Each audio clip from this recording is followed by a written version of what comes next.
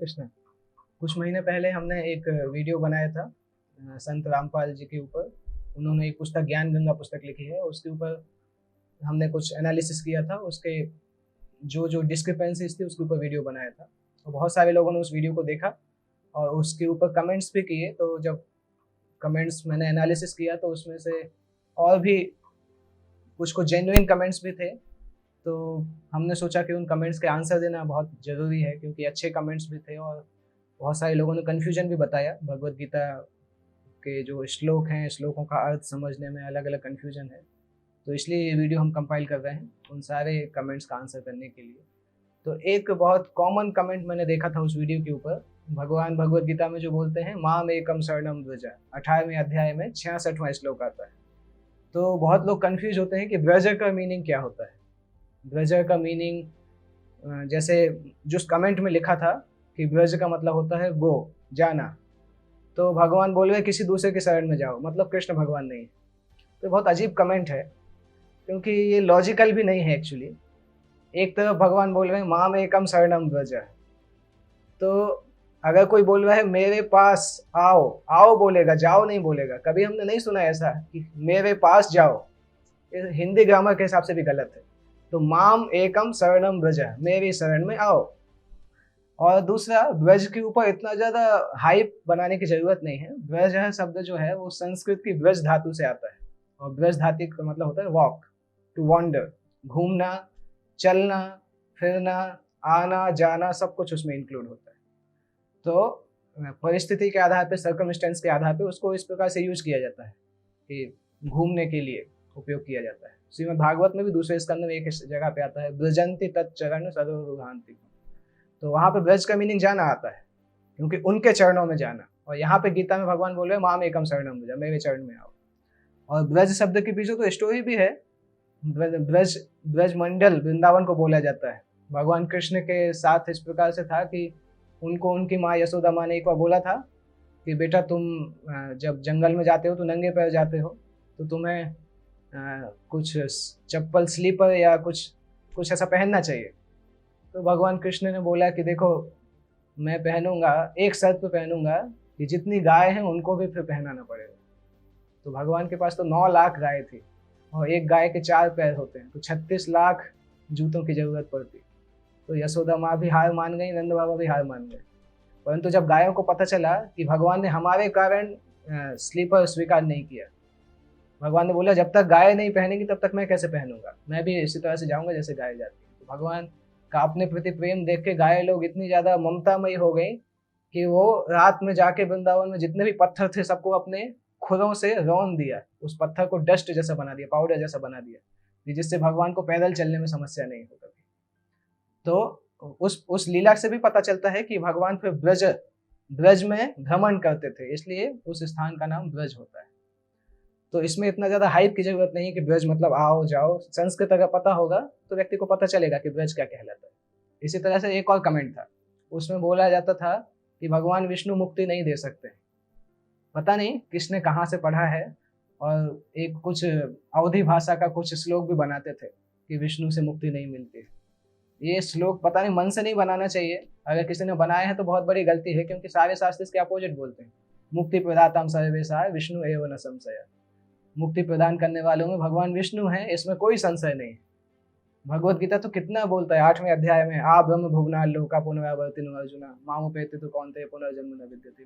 मुझे पाने के बाद पुनर्जन्म नहीं होता है। और भगवत गीता में 8वें श्लोक में ही आता है, 8वें अध्याय में आता है कि मामुपेत्य पुनर्जन्म दुखालयम अशाश्वतम नाप्नुवन्ति महात्मान समसिद्धिम परमाम गता। मुझे पाने के बाद लोग इस संसार में नहीं आते हैं, परम गति को चले जाते हैं। 12वें अध्याय में भगवान बोलते हैं भवामि न चिरात् पार्थ मय्या वेशित चेतसा। 12वें अध्याय के 6वें श्लोक। ऐसे बहुत सारे श्लोक हैं। तो जो व्यक्ति इस तरह से बोलता है भगवान विष्णु मुक्ति नहीं देते हैं, उसने शायद भगवान विष्णु को जाना ही नहीं है, या फिर भगवत गीता के नाम पर कोई दूसरी पुस्तक पढ़ ली। सपने में उसने सोचा भगवत गीता पढ़ रहा है, परंतु कुछ और पढ़ लिया। तो इस तरह से कमेंट करना बहुत इलॉजिकल है कि भगवान विष्णु मुक्ति नहीं देते। इसी तरह से एक और कमेंट आता है 11वें अध्याय में, जब भगवान विश्व रूप दिखा रहे हैं अर्जुन को, तो 32वें श्लोक में भगवान बोलते हैं कालोस्मि लोकक्षय कृत्वृत्तो। मैं काल हूँ और मैं सारे लोगों का विनाश करने के लिए आया। इस युद्ध भूमि में जितने भी वीर हैं उन सभी को मैं विनाश कर दूंगा, इस तरह से भगवान बोलते हैं। तो एक व्यक्ति ने कमेंट में लिखा ऐसा कि ये कृष्ण नहीं है, कृष्ण के अलावा कोई काल दूसरा व्यक्ति है वो बोल रहा है, ये तो कृष्ण नहीं है। और अर्जुन बोलते हैं, उसने अपने अपने जो कमेंट दिया उसके पक्ष में लॉजिक क्या दिया, देखो अर्जुन यहाँ पे बोल रहे हैं कि मैं तो आपको नहीं जानता हूँ, आपको कोई नहीं जानता है, तो अगर कृष्ण होते तो कृष्ण तो अर्जुन के संबंधी है, रिलेटिव है, तो कृष्ण अर्जुन तो कृष्ण को जानते हैं, तो ऐसा क्यों बोल रहे कि मैं आपको नहीं जानता हूँ, दैट मीन्स ये कृष्ण नहीं है, काल है। तो ये भी एक इलॉजिकल चीज है, क्योंकि 8-10 श्लोक आगे जाएंगे, 41वें 42वें श्लोक में 11वें अध्याय में अर्जुन बोलते हैं सखेति मत्वा प्रसभम यदुक्तम, मैं आपको सखा समझता था, आपके साथ मैंने भोजन किया, मैंने आपका अपमान किया। तो अगर अर्जुन कोई दूसरे काल को बोल रहा है तो उससे कृष्ण की बातें क्यों शेयर कर रहा है? तभी होगा जब काल और कृष्ण सेम है, तभी तो शेयर करेगा। तो अगर हम एक ही श्लोक पकड़ लेंगे, आगे के श्लोक छोड़ देंगे, तो इसी तरह से होगा। इसलिए भगवत गीता को अपने पिकअप करने के लिए नहीं है कि कुछ भी डिलीट किया, कुछ भी उठाया और जो हमें प्रूफ करना है वो कर दिया, बाकी सब छोड़ दिया। जब सब कुछ देखेंगे तो पता चलता है। और हमने पिछले वीडियो में ऑलरेडी इस पॉइंट को डिस्कस किया था कि काल शक्ति भगवान कृष्ण की एक शक्ति होती है। काल शक्ति को समय शक्ति बोला जाता है। काल भगवान की एक शक्ति होती है। भीष्म पितामह का डिस्क्रिप्शन भी हमने पिछले वीडियो जो बनाया था उसमें दिया था। भीष्म पितामह ने श्रीमद् भागवतम में प्रथम स्कंद में 9वें अध्याय में डिस्क्राइब किया है। तो ये एक लोगों का लॉजिक होता है। एक और फेमस लॉजिक होता है 15वें अध्याय में 4था श्लोक। वो बोलते हैं कि ये तो पुरुष के बारे में बताता है और ये पुरुष अक्षर पुरुष है और ये कृष्ण से अलग है। उस श्लोक को आप देखेंगे, सबसे पहली बात तो रेफरेंस इस तरह से देना चाहिए कि व्यक्ति को पता चले। अगर हम रेफरेंस गलत देते हैं तो उससे ऑटोमेटिकली इमेज का लॉस होता है। तो 15वें अध्याय का पहला दूसरा श्लोक भौतिक संसार के बारे में बताता है। तीसरा चौथा श्लोक में डिस्क्राइब किया जाता है कि किस तरह से उससे बाहर निकलना है। तम एव शरणम गच्छ चौथे श्लोक में आता है। तो तम का मतलब जो है, तम एक संस्कृत का शब्द है। सह धातु जो होती है, सह का मतलब ही, वह, उसका द्वितीय विभक्ति कहलाता है तम, मतलब उसको। तो तम एव शरणम गच्छ, उनकी शरण में जाओ। उनकी मतलब किसकी? परमात्मा की शरण में जाने का डिस्क्रिप्शन दिया जा रहा है उसमें। और अगर कोई बोले कि निराकार है तो निराकार कैसे होगा? तम जो है वो अपने आप में साकार है। हम ऐसा नहीं बोलते हैं कि ओम जो है वो, ओम प्रभु जो है वो निराकार है, आकार तो है उनका। तो सह शब्द का मतलब आकार कहलाता है।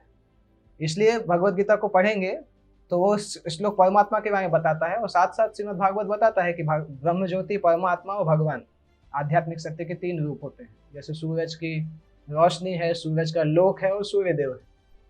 इसी तरह से ब्रह्म, परमात्मा और भगवान, ब्रह्म ज्योति जो भगवान के शरीर की रोशनी है, परमात्मा मतलब क्षीरोदक्षाई विष्णु जो सबके हृदय में है, और भगवान मतलब भगवान जो वैकुंठ लोक में निवास करते हैं।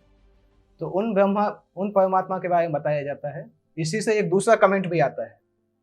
ये सब कुछ कमेंट लिंक जैसे हैं। जैसे 18वें अध्याय में 62वें श्लोक में एक कमेंट में लिखा था कि उसमें आता है कि कृष्ण बोलते हैं उसकी शरण में जाओ।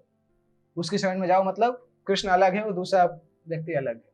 वो भी यही कंफ्यूजन है, क्योंकि 61वें श्लोक में भगवान बताते हैं ईश्वर सर्वभूतानां हृदय से अर्जुन तिष्ठति। ईश्वर सभी जीवों के हृदय में रहता है। सभी जीवों के हृदय में कौन रहता है? परमात्मा रहते हैं। और भगवान बोले अगले श्लोक में कि उन परमात्मा की शरण में जाओ। तो हम जानते हैं चाहे कृष्ण बोले कि मेरी शरण में आओ, चाहे बोले परमात्मा की शरण में जाए, वो बात वही है। चाहे आप इस तरफ से खाना खाओ या घुमा के खाओ, सेम ही बात है, क्योंकि कृष्ण और परमात्मा में अंतर नहीं है। इसलिए फिर 63वें श्लोक में बोल रहे हैं कि मैंने अभी तक जो तुम्हें बताया है उससे भी गुह्यतम ज्ञान बताता हूँ, मेरे भक्त बनो, मन मना भव मद भक्तो। उसके बाद बोलते हैं सर्वधर्मान् परित्यज्य। तो पूरा सीक्वेंस देखेंगे 61 से लेकर 66 तक तो चीज क्लियर हो जाएगा। एक श्लोक निकाल के देखेंगे तो कंफ्यूज होंगे। इसलिए भगवत गीता ठीक से पढ़ना जरूरी है।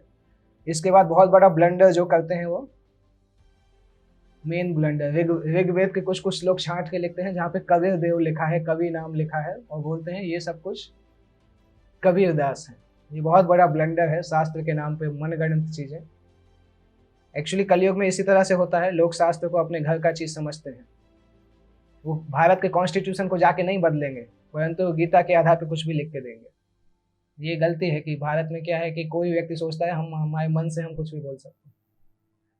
तो ऋग्वेद में जो मंत्र हैं, कुछ मंत्र ही हम देखेंगे। एक्चुअली संस्कृत में कवि शब्द एक विशेषण जैसा है और उसको नाउन जैसा भी लेते हैं, परंतु बेसिकली उसका उपयोग होता है जब हम किसी की विद्वता को बताते हैं। कोई बहुत विद्वान है या कोई बहुत अच्छा वक्ता है या कोई बहुत अच्छा पोएट है ब्रह्मा जी को कवि बोला जाता है। रामायण जिन्होंने लिखी है वाल्मीकि मुनि, उनको कवि बोला जाता है, आदि कवि बोला जाता है। वेद व्यास को कवि बोला जाता है। तो शास्त्रों में कहीं भी कवि लिखा उसको बोल दिया कबीरदास। तो ऐसे तो फिर हर आदमी कोई ना कोई का नाम लेके शास्त्र में कुछ तो नाम आया ही होगा। तो ऐसे तो कितने भी सर बन जाएंगे। इसीलिए भारत में हम देखते हैं कि नए नए भगवान निकल के आ रहे हैं, क्योंकि हर आदमी अपने मन से संस्कृत की व्याख्या करता है। जैसे हम देखते हैं ऋग्वेद का एक श्लोक जो है वही लोग कोट करते हैं, न्यः कौति सर्वयति सर्वा विद्या स कवि ईश्वर। इसका सिंपल मीनिंग है, जो व्यक्ति वेद और सभी विद्याओं शब्द यति सर्वा विद्या, सभी विद्याओं को जानता है, उसको सर्वज्ञ बोला जाता है, वो कवि है और ईश्वर नाम से जाना जाता है। अभी ये रामपाल जी क्या ट्रांसलेट करते हैं कि वो कबीरदास। तो एक चीज ये भी देखना होगा कि सारे आचार्य क्या यही बोल रहे हैं? ऋग्वेद केवल रामपाल जी ने पहली बार तो पढ़ा नहीं है, 5000 साल से आचार्य लोग पढ़ रहे हैं। क्या रामानुज आचार्य ने यही बोला, मध्वाचार्य ने यही बोला है, क्या विष्णु स्वामी ने यही बोला है, वल्लभाचार्य ने यही बोला है? अगर सबने यही बोला हो तो ठीक है, मान भी सकते हैं कि कुछ होगा, परंतु एकाएक कोई व्यक्ति निकल के आता है रामपाल जी जैसे कि हमने एक ऐसा व्याख्या दे रहे हैं, कैसे माना जाएगा? ये झूठ व्याख्या है। कवि के नाम से कबीरदास, हम कबीरदास को मानते हैं कि कबीरदास रामानंदी संप्रदाय में एक आचार्य थे, आज से 500-600 साल पहले आचार्य थे, उनको हम मानते भी हैं। और एक अमेजिंग बात भी है कि कबीरदास जी को उनके गुरु ने राम नाम जप करने के लिए दिया था। कबीरदास जी स्वयं राम का नाम जप करते थे। इस पे एक श्लोक भी आता है उनके कबीरदास से संबंधित, राम बिनु तन को ताप न जाए, कि राम के नाम के बिना मेरे शरीर को शांति नहीं मिलती। इस तरह से कबीरदास ने लिखा था। और उनके ही फॉलोअर, उनके सो कॉल्ड फॉलोअर बोल रहे हैं कि कबीरदास जी तो राम से भी बड़े हैं। कितना अजीब चीज है। आपके जो मेन आचार्य हैं वो राम का नाम लेते हैं और आप बोल रहे हैं कि वो राम से बड़े हैं। ये बहुत अजीब चीज है। इसी तरह से उनका एक और ऋग्वेद का मंडल 9 का सूक्त नंबर 96 मंत्र नंबर 17 वही बताते हैं, शिशु जज्ञान हरियता मुजंति सुम्भंति वहनी मरुतो गणेन।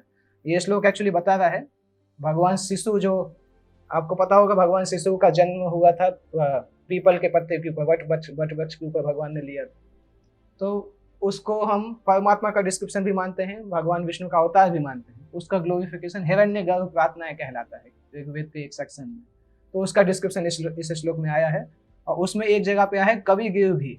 कविगिर भी जो है ये ऐसे कवियों को बता रहा है जो कि भगवान की प्रशंसा करते हैं, उनके बारे में बताया जा रहा है। उसके बाद आ रहा है काव्येन। काव्य का मतलब, काव्य मतलब प्रार्थना है, कविता। कविता को संस्कृत में काव्य बोला जाता है। तो जो बड़े बड़े ऋषि मुनि हैं वो भगवान के उस रूप को कविताओं के द्वारा, काव्य के द्वारा वर्णन करते हैं। कविगिर काव्येन कवि। तो और इसके बाद भगवान का नाम कवि बताया गया है, परमात्मा का नाम कवि बताया गया है। अभी इन्होंने क्या किया है, जहां कवि है सब जगह कबीरदास। तो सामने कोई कम से कम संस्कृत तो समझना चाहिए कि क्या है। कोई भी व्यक्ति जो संस्कृत जानता है वो इसको झूठ समझेगा, उसको पता चलेगा। तो कितने लोगों को धोखा देंगे। और फिर ज्ञान गंगा पुस्तक लिखते हैं, बोलते हैं ये ज्ञान का सागर है, अज्ञान का सागर फैलाते हैं।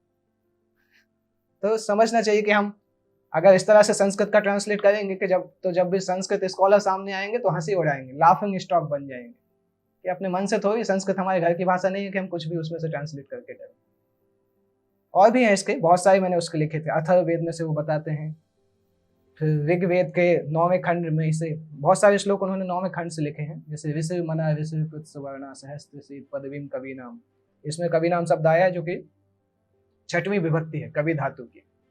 और इसका मीनिंग है कि बड़े बड़े ऋषि मुनियों में जो लीडर है मुनि पुंगवा, ये मुनि पुंगवा जो है ये सत्यलोक आध्यात्मिक संसार को बोला जाता है, उस सत्यलोक का गुणगान करते हैं। तो ये सिंपल ऋग्वेद के श्लोक हैं। ज्यादातर ऋग्वेद के श्लोक हिरण्यगर्भ प्रार्थनाओं में से लिए हैं उन्होंने, और उस सब में कबीरदास का नाम रख दिया है। और बहुत सारे फॉलोअर्स इस तरह से बोल रहे हैं कि नहीं ये सबसे अच्छा है। और तो व्यक्ति को समझना चाहिए कि हम किसको बुद्धू बनाने का प्रयास कर रहे हैं। दूसरे को बुद्धू बनाने के चक्कर में खुद ही बुद्धू बन जाते हैं। अगर हम गुरु साधु शास्त्र को पालन नहीं करेंगे, प्रामाणिक आचार्य को पालन नहीं करेंगे, शास्त्र को ठीक से पालन नहीं करेंगे, तो हम किसी को कोई रास्ते पे नहीं ले जा पाएंगे। हम स्वयं भी मृत्यु के चक्कर से बाहर नहीं आ पाएंगे, दूसरे को ले जाना तो दूर की बात, क्योंकि भगवान के धाम जाना ऐसा हंसी खेल की बात नहीं है। ओके, तो मैं इन प्रश्न के उत्तर देना चाहता था, इसलिए हमने इस वीडियो को बनाया। अगर आपको कोई प्रश्न है तो फिर से इसके कमेंट में लिखिएगा, अगले वीडियो में हम उन प्रश्नों को फिर से इंक्लूड करेंगे। हरे कृष्णा।